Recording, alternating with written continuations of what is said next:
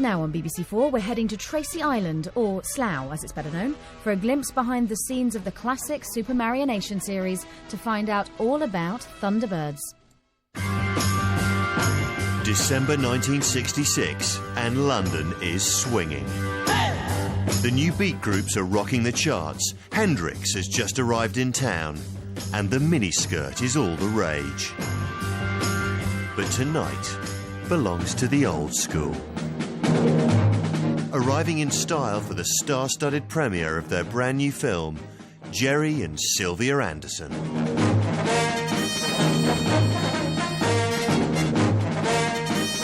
Their studios on the Slough trading estate have become a mini Hollywood and a multi-million-pound empire. Their TV show is an international hit. Their movie will be the Christmas film.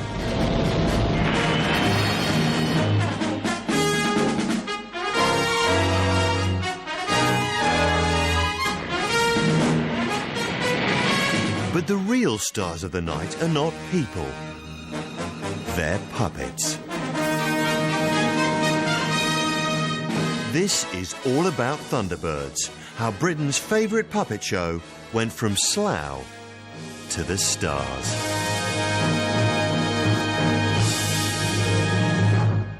Five, 4, 3, 2, 1. Thunderbirds are go.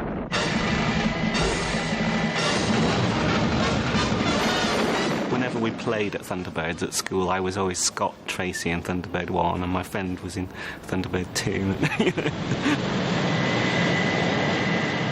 At the time, I didn't think it was any big deal. I just said, well, make the trees fold back. She's going!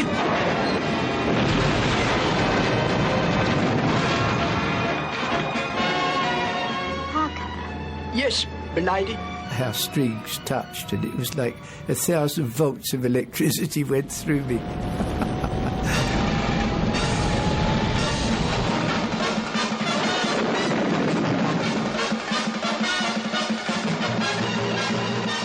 All the shows that we did before Thunderbirds was like a dress rehearsal for the big one, which was Thunderbirds.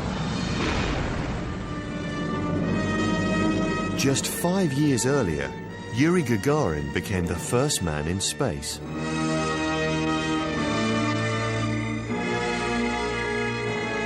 I think it's hard to exaggerate just how exciting space and space travel was to a child growing up in the 50s and 60s. And the reason, of course, is that these are the years of the space race between the United States and the Soviet Union.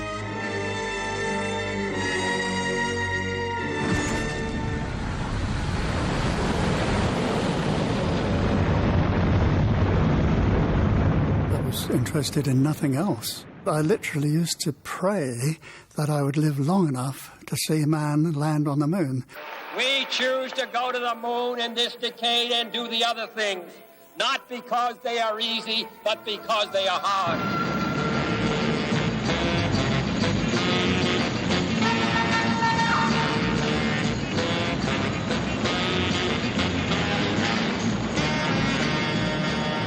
There was enormous excitement about the possibilities of space travel, about rockets and rocket ships and space stations and astronauts and spacewalks, and all of these things would have been everyday elements of a child's imaginative life.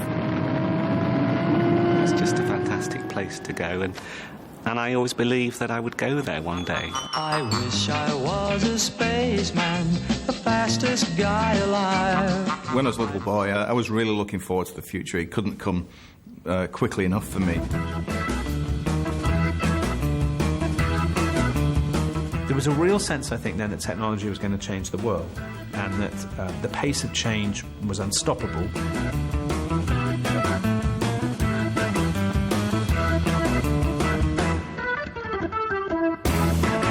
50 years from now, home for some 30,000 people could very well be a city like this, built out of concrete and glass 15 miles out into the North Sea. We're living at a time of such rapid scientific change that our children are accepting as part of their everyday life things which would have been dismissed as science fiction a few years ago.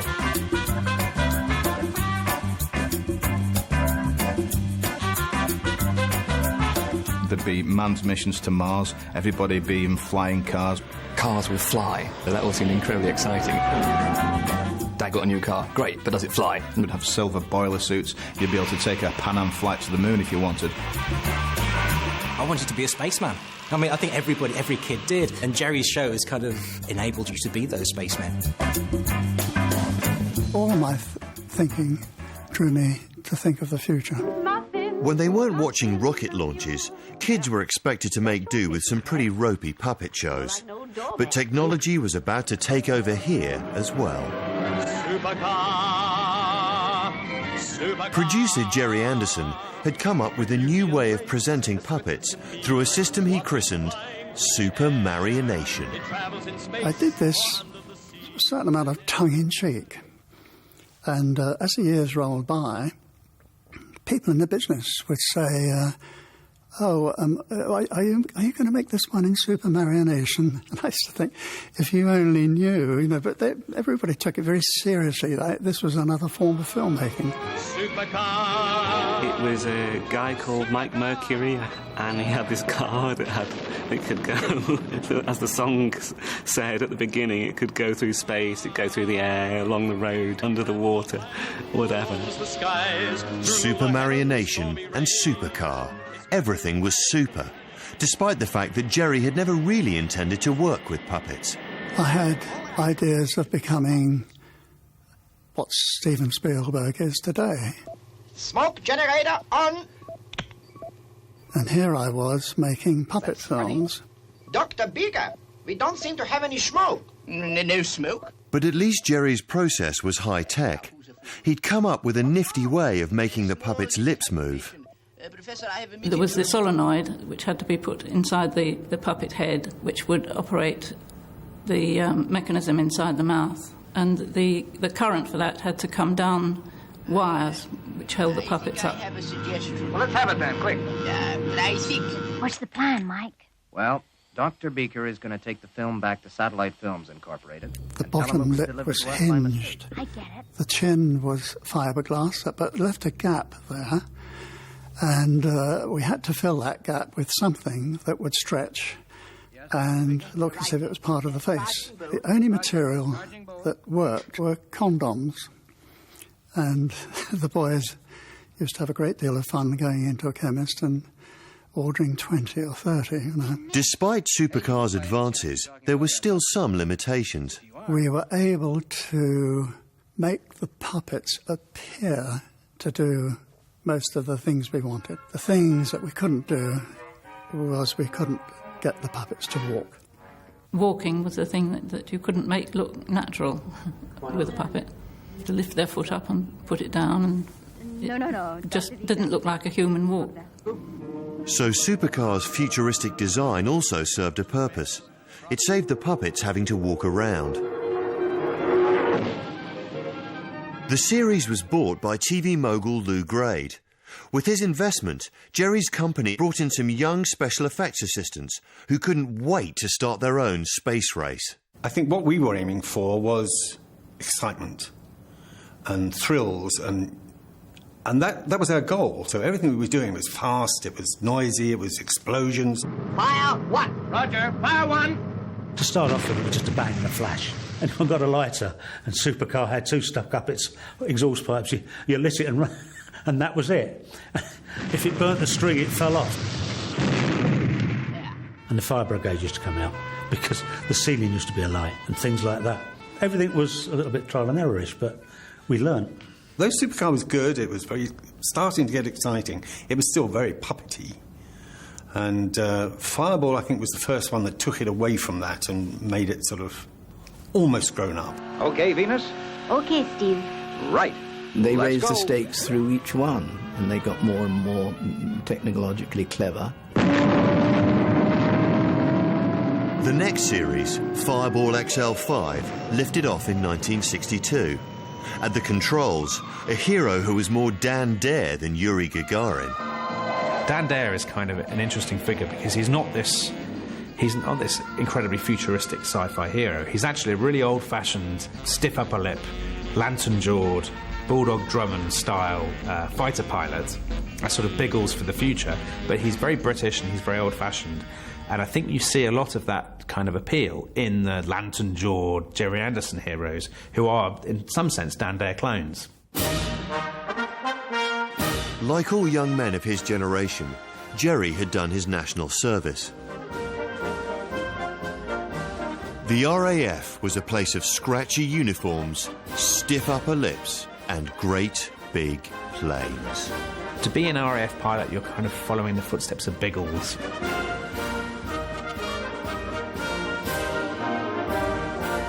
I was at Manston. At the time, it had the longest runway in the country. So it was used for emergencies. If an aircraft had a fault, it would be diverted to Manston because it had this very, very long runway. There were aircraft like Lancaster bombers, and that was a great thrill. Now listen to what I say carefully. Take over the controls. But now he was in Civvy Street, the reluctant puppet producer was still trying to find ways of making his pilots look like the real thing.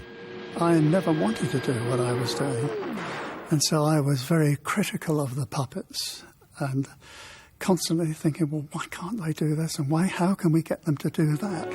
I was desperately trying to improve them, trying to make the puppets look as real as possible. I was really saying to the industry, look, obviously I can make live-action films, can't I? But it was all counterproductive because each show was more successful than the last, and so they came back and said, can we have another puppet show? And so I was trapped, typecast. By now, Gerry was married to one of the production team, Sylvia Tam. As the programmes became more successful, Lou Grade pumped more and more money into the studio. Fireball XL5 and Supercar had been major successes in the USA, and of course Lou Grade was really the spearhead behind many of the 60s programmes. I mean, even the adult programmes like The Prisoner and the Saint would never have happened if Lou Grade hadn't actually just said in a moment, let's do it. Lou Grade cast an enormous shadow because he was very, very big, and he had a big Rolls Royce, and he had a big cigar, and he had big ideas, and the big ideas were very, very global Anglo-American. He was aiming to do from Marble Arch what Americans did in television from LA. He was aiming to make chunks of global TV and sell them worldwide. The main thing he did was he virtually gave me a blank cheque to do whatever I wanted to do. Stand by for action. With Grade's money, Anderson's ambition to make bigger and better shows was paying off.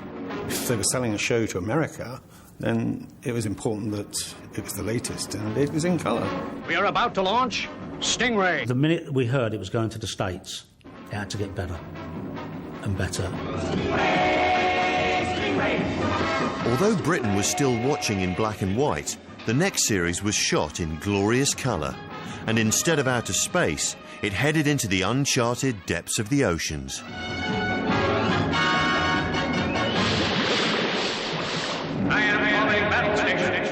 Anything can happen in the next half hour. Stingray was the vehicle, and that was the main character, so me and my friend played at being Stingray all the time. And probably like a lot of boys, I did fancy Marina. What are these strange enchantments that start whenever you're near? I think my brother did too. While Marina was giving new meaning to the words wet dream, Gerry's crew were in their element. Explosions underwater, you've seen the way that works. You get the explosion, the rocks are dropping down, and we put air lines into the tank, and it's bubbling, and you just blow it, and it gives it that bubbles going up and the stuff coming down. You've got fish, and we had to get scaled fish in foreground, and you had to tap the tank to get them to swim through shot to give it some form of realism. And then all the fish flipped off out. It's a triumph for Stingray, and a further success for technicians at a British film studio. for Parade has been invited behind the scenes of the world-famous television series Stingray, where skillful science deceives the eye and nothing is what it seems to be. Stingray went into dry dock after 39 episodes. By early '65, Lou Grade was asking the Andersons to create some new heroes. A brand new television series is about to be filmed. The completed puppets, perfect down to the smallest detail, are handed to the expert puppeteers who will bring them to life on the screen. We made the pilot film as a half-an-hour show, and I took it to show Lou Grade. In a very loud voice, he said, "Gerry, this is not a television series." Of course, my little world collapsed. I thought, this is the end, you know. And then he walked all the way up to me and he whacked his finger right in front of my face and said, "This is a feature film," which was wonderful. He then said, "You'll have to make them as 1 hour." And I said, "Fine, Lou, but we've already shot 9 episodes and we've got another 3 already written." He said, "I don't care. They've got to be made as an hour." Each one had to be undone. They had to be enlarged from, about 25 minutes to 50 minutes. Sorry, Scott. And now all is ready. The director has a final check, and the cameras roll. Go ahead, John. We have our first emergency call, Father. The new Fireflash Max 6 atomic airliner is in distress at London Airport. The Fireflash. Okay, Scott. Away you go. Thunderbird 1 will be underway in 30 seconds. Boys. Thunderbird 2 will be right behind him. Thunderbirds burst onto our screens on the 30th of September, 1965. When all the vehicles get launched, that was the coolest bit. This whole idea that technology can make life easier, you know, it's easier to be transported on some hydraulic lift into a rocket than just to walk there or climb a ladder.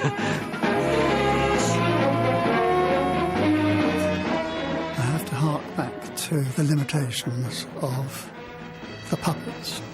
How do we get the crew to get into Thunderbird 2? Thunderbird 2 is a very high vehicle. They can't walk, let alone climb a ladder or a staircase.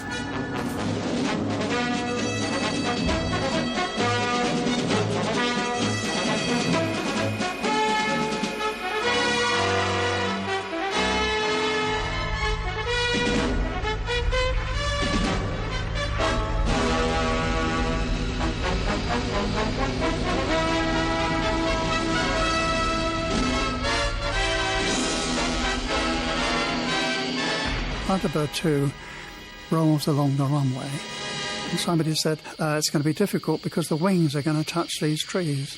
And I just said, well, make the trees fold back. And they said, oh, that's an idea. They fitted the trees to 2 broomsticks, and a man at the end would have the broomstick in each hand, and he would just rotate the broomstick and the other one, and the trees would both roll outwards. The brand new vehicles immediately took on an iconic status of their own. Well, boys love that stuff, don't they?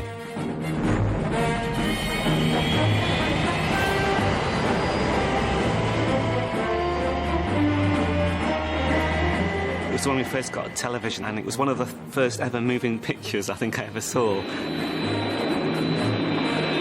Thunderbirds really kind of tuned in to what boys liked, you know, at the time. Whenever we played at Thunderbirds at school, I was always Scott Tracy in Thunderbird 1. My friend was in Thunderbird 2, you know, Virgil. In a way, as a kid, I wasn't that interested in the plot. I actually just wanted to get to the vehicles and the explosions as quick as possible. The end sequence of the pilot, when the plane is landing on the wheels, I mean, even now I go cold when I think about it. Fireflash, overshoot! Gerry Anderson was doing what is now only possible with CGI. It's easy to write a scene on a page, but none of that actually exists. It all has to be created. And then it's all shot like live action. Fire flash, lift, port, wing. Lift, port, wing. Cut power. Nowadays, you wouldn't attempt that without CGI. Applying maximum brakes.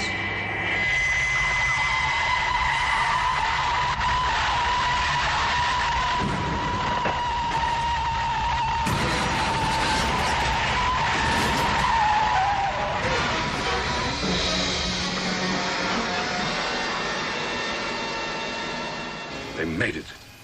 They made it! It was so exciting, because you realised that nobody had done this before. Okay, Scott.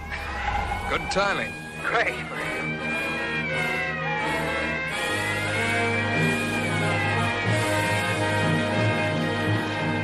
Thunderbirds was made to first feature standard.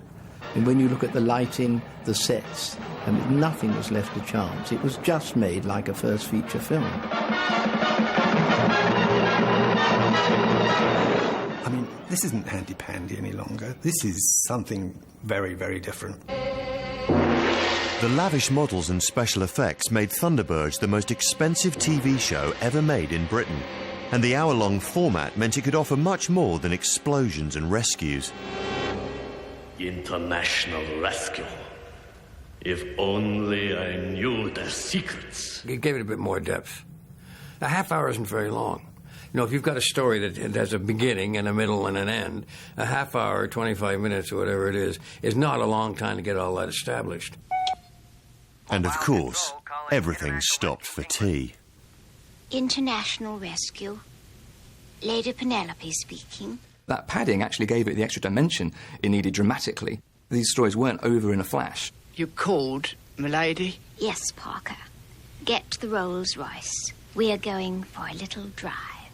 Complication piled on complication and just made the whole thing more suspenseful, more dramatic, and allowed for more interaction of the actual characters to exhibit their own personalities, which was interesting. The Thunderbirds are not manned by just a group of rescuers. They're manned by a family. And you have that very important core of the stories, is this is about a family. They're brothers. And it's their father who's sending them off on these missions. Right, Father. Okay, Father. Sure thing, Dad. Yeah, Father. And so there's a very strong emotional core at all of these, in the centre of the stories. Well, Alan, Tintin, you understand that I have to be here, don't you? Sure, Dad. Now, if you'll excuse us, Tintin and I are going to play tennis. With backstory, Gordon. with characteristics. Brains. They became characters, they became people. You didn't think about them as puppets, they were people. Okay, Scott, you're in charge. What'll be your first decision? Oh, that's easy. I contact John in Thunderbird 5. Scott was like more the leader. Had his feet firmly planted on the ground. What's up, Scott? Oh, nothing, John. Just wondering how things were with you. Scott is supposed to be the sort of leader of the pack, aside from the old man. Now, hold on, boys. I'm still giving the orders around here. Virgil was slightly artistic, played the piano and painted. Now, how do you expect me to get a good likeness if you don't keep still? Then there was lovely Alan here, who was the baby and spoiled. Right. Laugh this one off. Hey! Alan would be a bit difficult to keep in line sometimes. Gordon, now listen. You've got to locate them within the next 2 minutes. Gordon spent most of his time underwater. John was up in the satellite. Come in, John. International Rescue from Thunderbird 5. Hi, Scott. It was a family. And with all the sort of ups and downs and slight aggravations at times that a family would have to deal with. Say, where's Tintin got to, Gordon? Oh, don't tell me you haven't heard, Virgil. Oh, this Prince Charming flew in and is really sweeping her off her feet. No. Alan. Yeah. Oh, Alan had a terrible time. Knock it off, eh, fellas? He was actually in love with Tintin. They're just friends. That's all. There was a very lovely naturalness to it, I thought, with that relationship. Was he as handsome as I am, Gordon? Nearly, Virgil. They're overgrown kids, essentially. I mean, we never forget that they're children because, their dad is telling them what to do. Get moving, boy. A moment's delay could mean the difference between life and death. These kids are being told to go off and pilot fantastically fast machines and go out and do exciting things. You know, it's absolute child wish fulfillment. Kids empathised a lot with Thunderbirds because the characters' heads are out of proportion to the body, just like children. I was about 7 years old and we had a family holiday to Morecambe, and then I realised they had this 30-foot model of Thunderbird 3. I resolved then to actually build my own rocket. I was going to build one of these things. You know, that charged the imagination. A lot of kids grow up and you know, they believe in magic, you know, they believe in, you know, all this Harry Potter stuff. I wanted something more substantial, and I thought through science you can actually make it happen, and very much so with Thunderbird. You know, it could be possible, and it could, you know. Give me a few £1 billion and I could build you Tracy Island, and we could do Thunderbirds for real. I had a little Thunderbird 2. A dinky Thunderbird 2 where the pod came out. Yep, I had one of those. Thunderbird 4 that you always lose. You always lose that, yeah. Because it's so little. Absolutely right. And I had a Fab 1, the Rolls Royce, and you always used to lose the gun because it used to fire a gun out the front, so that used to go missing.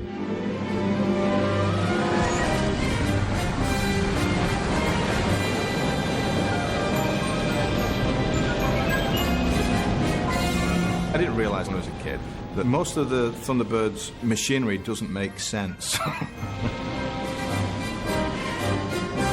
Because what you've got is you've got these 3 engines here, and if you've got a slight imbalance from one of these engines, it's just going to tip the rocket. It would be much better if you had 4 engines as opposed to 3.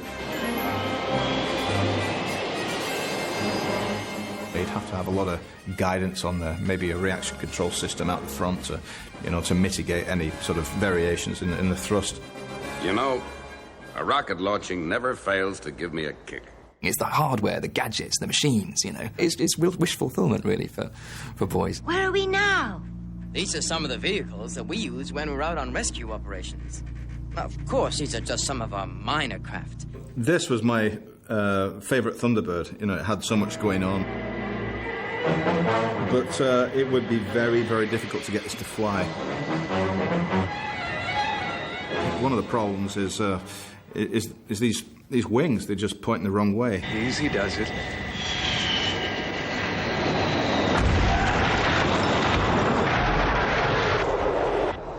He's down. As 65 moved into 66, Thunderbirds was one of ITV's biggest shows and a multi-million-pound business empire. It created the first must-have toys. Commercially available products even popped up in the show itself, an early example of product placement. Now that's a good choice. Merchandise and magazines were big business among boys. The next job was to find a way of reaching girls by exploiting a minor character. International Rescue. Come in, please. Come in, Penny. They decided they'd devote a whole magazine to Lady Penelope. So we had a call from them, a desperate call, saying, look, we've invested money. Where is the heroine? We only see her at the beginning and the end. But this was a boys' world, where girls had to use all their feminine wiles. Oh, Constable, the light's in my eyes. The only problem was that when the team of writers came in, they never knew how to write for this new heroine. So it was all boys' own stuff and the women sort of bringing the tea. Now I seem to be quite lost. Oh, where are you making for? Well, if you could direct me to the Tower of London. I always had a battle on my hands, really, to get something into the show that was more than explosions. It took quite a lot of persuasion. Bowing to commercial pressure, Penelope and Parker were brought forward in the storylines, adding a dash of light relief as well as glamour. Just a touch of chloroform. Splendid. At the beginning of the series, I mean, Parker was actually a minor character, because in the credits at the end, his face doesn't appear, like Scott and all the others. You've got the Lady of the Manor, and you've got, you know, an ex-convict trying to go straight. Parker. Yes, milady. And sassing her all the time. I just think the juxtaposition of the two was made for comedy. Get the Rolls Royce out, Parker. We're taking Lord Silton to London. But as writers got to grips with Lady P, she began to develop from comedy subplot to fully fledged action heroine. You know, I've often felt I'd like to do something exciting, like being a secret agent. When Lady Penelope and Parker are leading the storyline, the stories become almost more espionage, secret agent based. Obviously, at this time of the 60s, you know, secret agents were hugely popular. From people who had, you know, wealth and class getting involved in dangerous operations. And, you know, Lady Penelope and Parker are kind of part of that world. Why, Penelope, are you all right? Oh, at last, Jeff. Those killers are hiding out in their sub. They must be stopped. There's a sense that they're trying to get into that whole James Bond scene, not always that subtly. There's a character in an episode called The Man from MI5 called James Bondson. Dear me, you are impatient, Mr. Bondson. She's a sort of rogue Deb, a modern posh girl, a very rich modern posh girl. She's a sort of composite of all the early-stroke mid-60s girls, actresses and pop people. She's a bit Julie Christie, a bit Dusty Springfield. She's that composite 60s girl with big blonde hair and fantastically smart clothes. I mean, couture, but new couture. This is number 17, called Autumn Crocus. They were looking very closely at real couture and copying those clothes.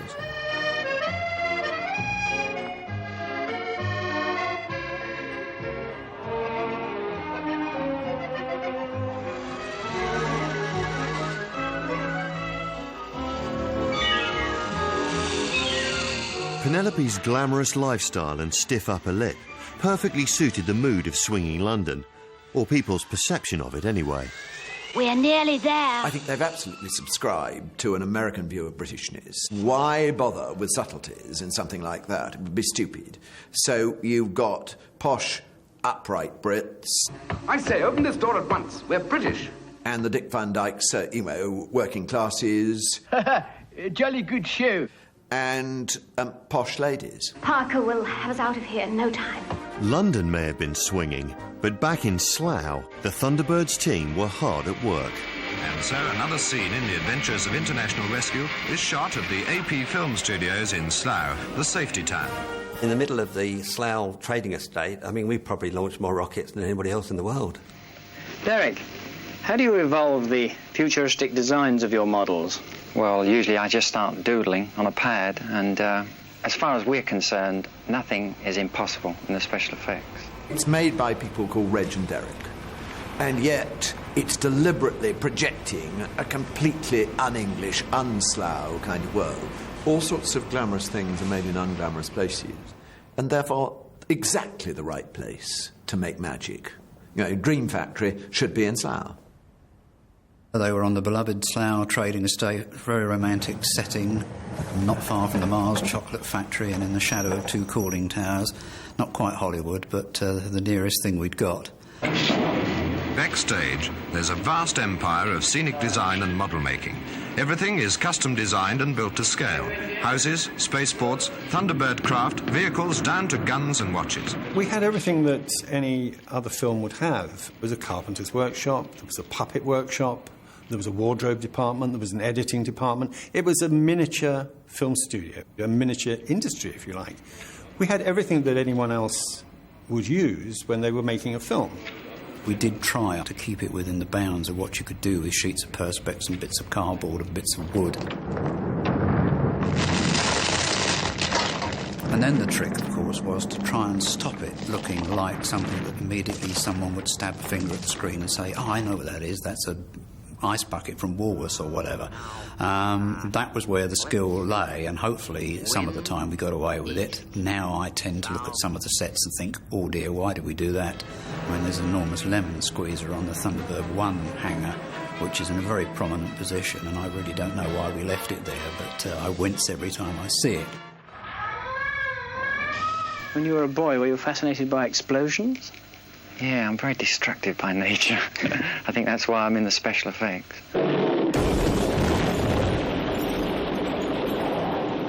It's filmed in the afternoon and blown up, and if it didn't work the next morning when you watched rushes, you made it all again, and that was the daily routine. It wasn't until you watched the rushes the following morning could you breathe a sigh of relief and say, right, I haven't got to rebuild that lorry that was burnt to pieces or the petrol station that was completely destroyed.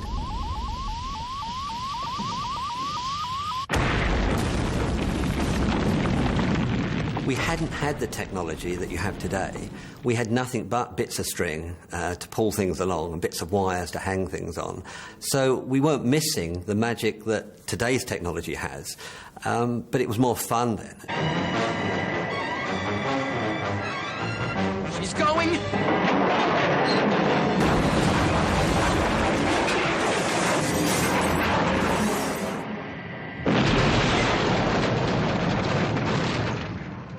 Ooh, those effects boys must have felt like they had the biggest train set in the world to play with. Nothing was impossible. Apart from making the puppets walk, of course. It did lead to such things as the jet bikes that the Thunderbird crews had, which obviously was a solution. It looked very futuristic, and we may well have had them in the script anyway, but certainly faced with the problem of getting a puppet to cross a set from point A to point B and get them at speed as well, which was the other thing, then the jet bike was the obvious answer. Right, McGill. He gave them a hover bike or a vehicle to go around in. But that's what made it better, so economy becomes a kind of a plus.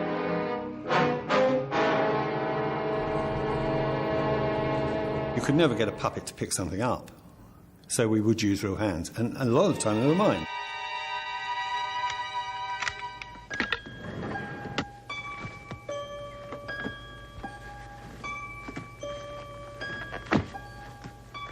It's not here. So we built a little piece of set, you know, a real hand would come in. You need hands to hold someone you care for. You need hands to show that you're sincere. When you feel nobody wants to know you. The rendezvous remains as arranged. What's the matter? Didn't you hear the first time? And for Pete's sake, stop playing around with that pen. Listen, Dempsey, I'm hanged if I'm going to take orders from you.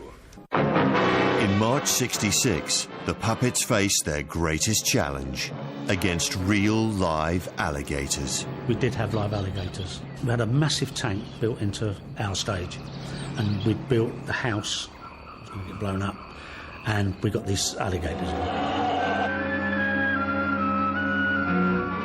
These things would swim around, but it'd disappear to go under the water. That's when you got out the tank very quickly.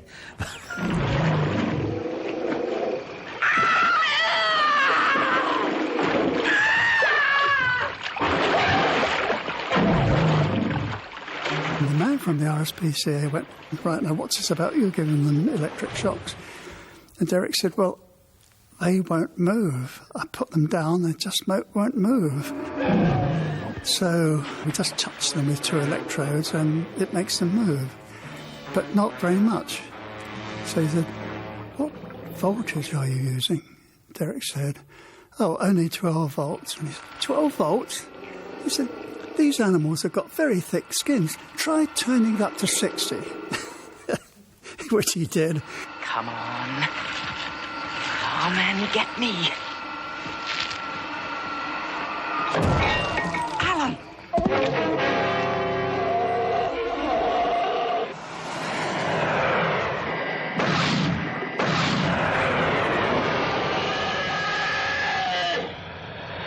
Good shooting, fellas. It was a wonderful experience. We learned the business. I went there not having a clue how a film was put together, and I learned, as we all did. We were all very, very young, 19, 20-year-olds, and we were all brought together to play, really, and we were playing. It was amazing.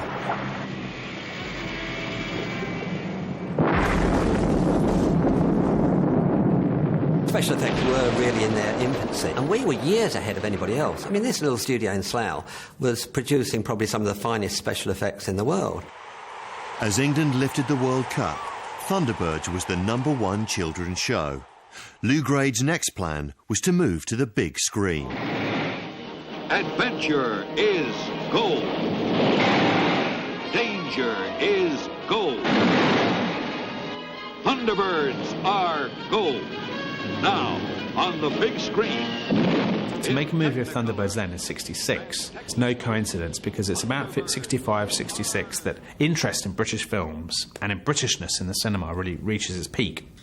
It's in 65, 66 that Bond mania reaches its absolute highest extent with the release of Thunderball. Thunderbirds A Go was set to be the Christmas film of 1966, with a spectacular premiere in London's West End. If anyone says to me, an outstanding memory of those times, it would be the premiere of Thunderbirds A Go.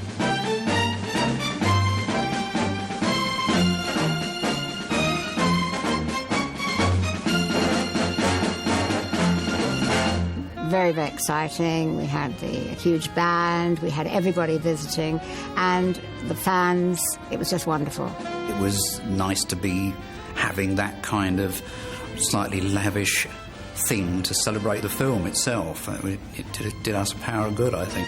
Those floodlights up in Heaven's Sky, Piccadilly Circus, it was wonderful. And they had the band of the Royal Marines on stage, playing the Thunderbird theme. I think I wore a dinner jacket. We felt that we'd arrived, we did it properly. And it was right in the West End of London. It couldn't have been better. And it was a proper film premiere. But they were puppets. In the foyer, I stood beside Lou. Well, then he turned to me and he said, Gerry, I can't make up my mind.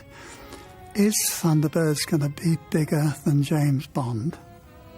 Well, it was like a dream come true. A brand new adventure that takes you where you've never been before. Thunderbirds are gold. Unfortunately, the picture failed. People look back at that film and say, well, that was, the turning point for Anderson's career.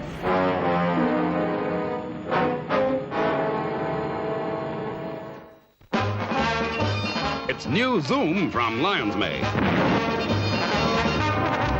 New Zoom with 3 flavor stages has new picture cards. Start collecting famous cars. There's one free with every Zoom. On sale now.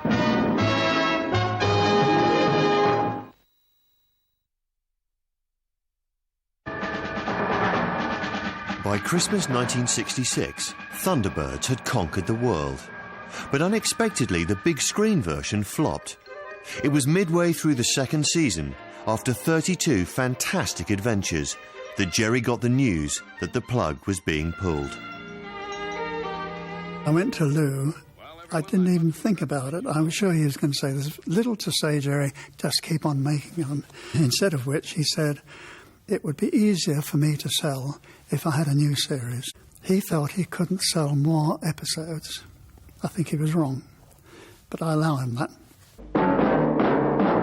He said there is going to be another series, and it's going to be better. And we thought, well, hang on a minute. Thunderbirds went to the top, and we thought, how can you do better than that? The finger is on the trigger. About to unleash a force with terrible powers, beyond the comprehension of man. I think by 67 things were definitely starting to change. The Newsweek article on London came out in 1966. We were dubbed Swinging London. And the moment they did it, that was sort of the end. The following year, things turned from that mood, which was pop, to psychedelic and swirly-whirly horrible hippiedom. The new series also reflected a change of mood. The tone is set by the opening credits.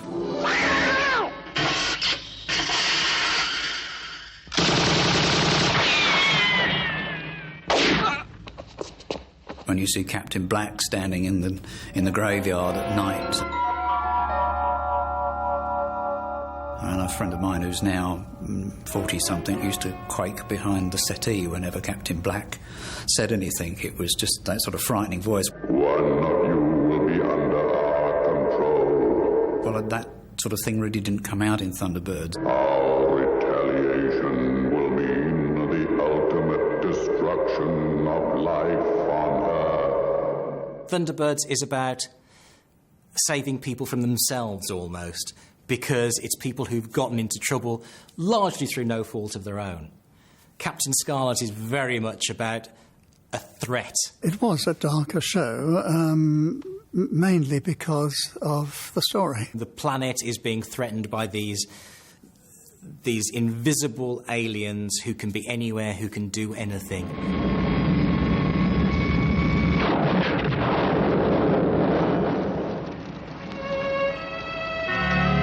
There's something always really quite chilling about the way that they did it, because you knew, there they go, that person's, going to be resurrected, but with his mind perverted and turned against the human cause. So these are quite, heavy things to lay on young minds, when you've been used to the jolly rousing march of Thunderbirds. And the idea that anybody could be taken over by a Mysteron is the body snatchers idea, which is probably the scariest of all sci-fi concepts, really. All the humour, all the light relief, all the kind of the quirky charm of the characters has gone, and we've got this incredibly serious, very grave and very dark world. The advance of technology continued. The new show took Gerry one step nearer to his dream of creating live action. Well, physically, of course, the puppets changed. They could now put the mechanism into the body so that the puppets, the mouths worked and the eyes rolled and everything, so the puppets looked like much more human. And they needed to look that much more real for the story to work. The puppets on Thunderbirds were marionettes. We started to move towards live action with the Captain Scarlet puppets. The heads were much smaller. I was very pleased, probably naively, because they looked like real people for the first time. But they created very real problems. Because the head had to be much smaller, the modelling was more difficult. You couldn't put so much character into the face because it was so small.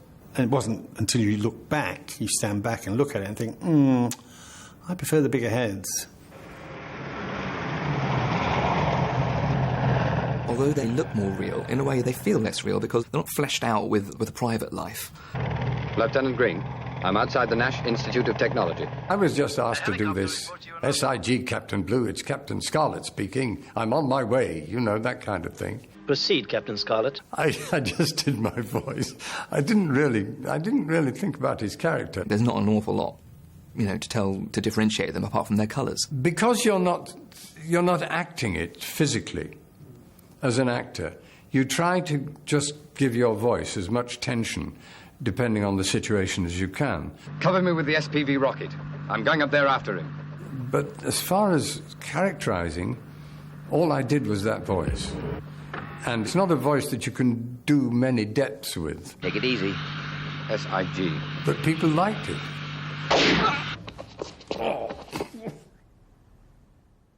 The next series was in 1968. Joe 90 was aimed more squarely at children, with a 9-year-old boy at the heart of the action. Yes, Dad. I can't wait to get to the beach. The puppets were certainly looking more lifelike than they had just 6 years earlier. Have a nice day, sir. But Gerry was still longing to work with live actors. So his next offering was a bizarre mix of puppets and people. Good morning. Good morning. Lou called me into his office and said, apologetically, Gerry, I don't really think we can go any further with puppets, so I think you better switch to live action. And I managed to keep a very serious face and said, well, Lou, if that's what you want me to do, that's what I'll do. And as I closed the door, I went, wow! And that's how I switched to live action.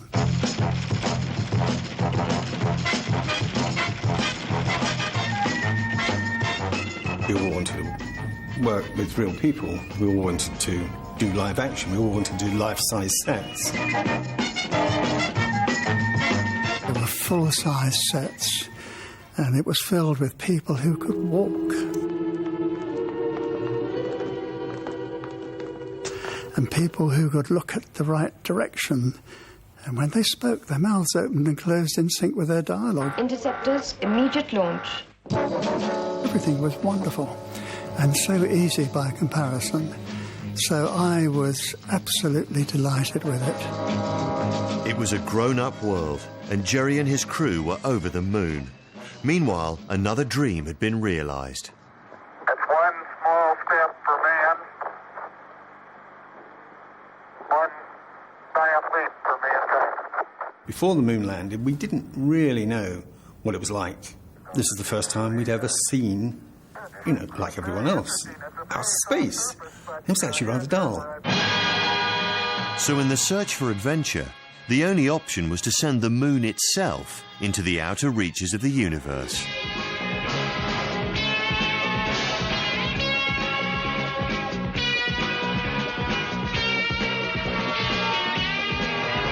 It's wonderful to work with real actors. I mean, particularly on Space 1999, we had guest stars that you would die for. I remember having to design an outfit for Joan Collins. There in the radioactive wilderness. Unbelievable. And when I look at the design, it's naff, to say the least, but at the time it wasn't. She was incredible. I've never seen a woman so beautiful. Her legs were extraordinary. I mean, this was really exciting. This was filmmaking. 1,000,000 years of civilization gone. What future do we have now? Space 1999 ended in 1977, by which time Gerry and Sylvia had split up and their crew had flown the nest, out making their mark on the big wide world.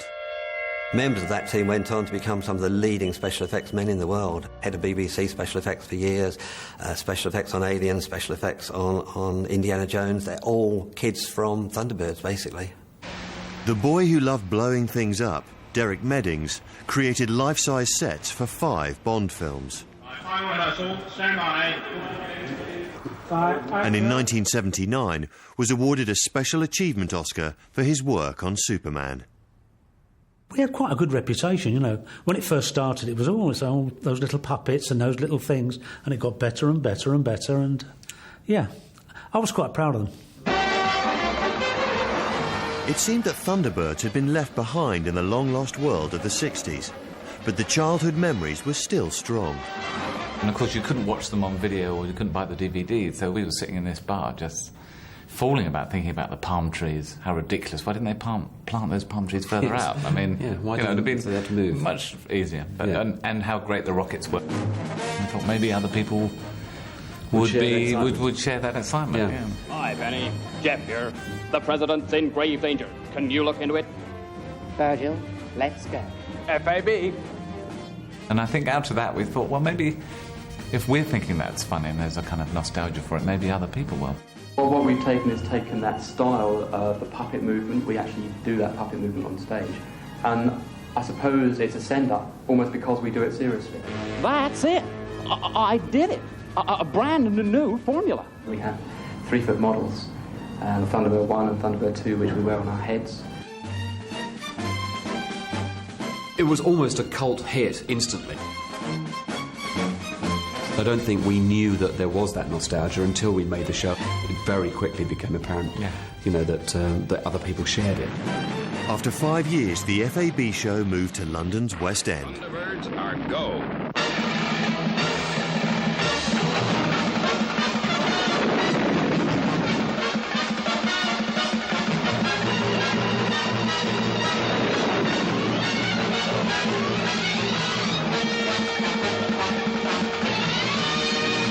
We loved it. We didn't think the show was rubbish. It would be easy to do, the terrible spoof version of Thunderbirds, the strings. But actually, we thought it was great. I mean, and we had a great affection for it. By the early 90s, even BBC bosses had realised there was something going on here. Tonight at 6 o'clock, Thunderbirds are go once again as BBC Two begins a rerun of the classic puppet series. There it was, the original episodes back on BBC Two, which I think probably was the first time it had been on in 20 years. And then that was, in a way, somehow I feel like it was the beginning of nostalgic television actually started there. Yeah. And then, all the programmes since about all the other nostalgia. It feels like it kind of started somewhere around there. A revival of interest in Thunderbirds was fuelled by recent reruns of the series by the BBC. Last Christmas, shops ran out of models of Tracy Island as demand outstripped supply. It sounds like a job for Blue Peter. Now then, launch pad 3. First of all, make a surround, which is exactly the same as you've made the surround to your pool. After it came back onto TV, we noticed more children. Yeah. But it just got younger and They just got younger and younger. So, younger. and I guess that's natural. It was always a series for children. Dads now brought their sons. So, of course, the show took on a different life. On our way, madam. And another family favourite also took a leaf out of the Thunderbirds handbook. I was kind of sending up that thing, especially in a close shave where Wallace goes up in a chair and through all these, down these chutes and everything.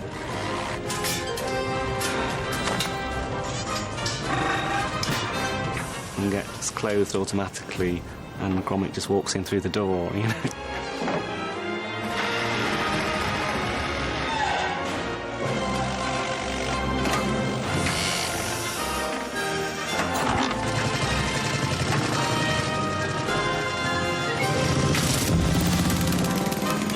It's an affectionate nod, really, towards all that kind of stuff. These days, the children of the mid-60s really are living in the 21st century, and some of them are out there designing space stations, big cars, and cities of the future. And look what Father Christmas brought one Thunderbirds fan. I wanted to be Scott Tracy. I wanted to fly into space, you know. So that was, I think that's what's driving me to do this. I'm actually doing this project because I love it, because it's, you know, it's like a calling to me. 21st century technology has also allowed Thunderbirds to take on a life of its own through an invention that even Gerry couldn't have foreseen. The whole appreciation of Gerry's work is generational. You know, the children that appreciated it in the 60s and 70s grew up and had children, and then the children saw the repeats and became fans in their turn. You've got to... There's a good message there in Thunderbirds about saving people, helping people. And that is probably why that is the one show that has survived all of the others so much better, because of that message. Tintin, look. Oh, it's snowing. I think it's inspirational, and there's a sort of not a naivety exactly, but an innocence about them that, again, reflects the time, I suppose, and I find that very charming. Yeah. I think children still relate to that. Certainly my son, who's 11, can still watch it, and there's no side issue to it. It's beautiful. I was 19, working in this studio in Slough, and in the mid-60s, it was great to be 19 in Britain. The Beatles were #1 in every country in the world. England had just beaten Germany in the World Cup final at Wembley. And to be working on such a highly creative, highly imaginative television programme, for me, was really, really special. 40 years later, it's still as popular as it was when it first came out. It's amazing. Acting is generally very ephemeral. I was in Olivier's company and I thought that was the pinnacle, but I get much more feedback from Thunderbirds. The books that we had and Thunderbirds, and it kind of promised it to you as a boy, you know, that's what you were going to do when you grew up. And you were probably going to look as handsome as one of those puppets as well. And so life's been a bit of a disappointment since. Home, milady? Home, Parker.